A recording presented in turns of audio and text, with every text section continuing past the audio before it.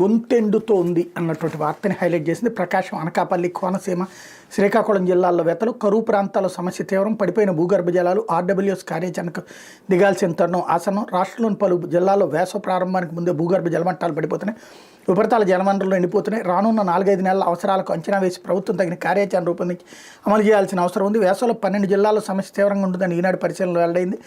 5 రోజుల పాటు వివిధ జిల్లాల్లో తాగునీటి సరఫరా తీరు, వేసవి అవసరాలు, నీటి వనరుల లభ్యత తదితర అంశాలను బేరీజు వేసుకుని అంచనాలకు వచ్చింది. ప్రత్యేకించి కరువు జిల్లాల్లో సమస్య తీవ్రమయ్యేలా కనిపిస్తోంది.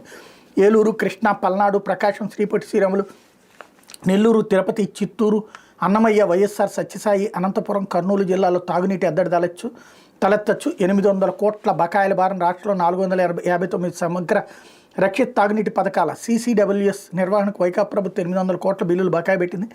ఇందులో సిబ్బంది జీతాల 50% కాగా విద్యుత్ ఛార్జీలు మిగతాది ఉంది. ఇట్లాంటి పరిస్థితుల్లో ఈ సమస్య ఉందన్నటువంటి వార్తని హైలైట్ చేశారు.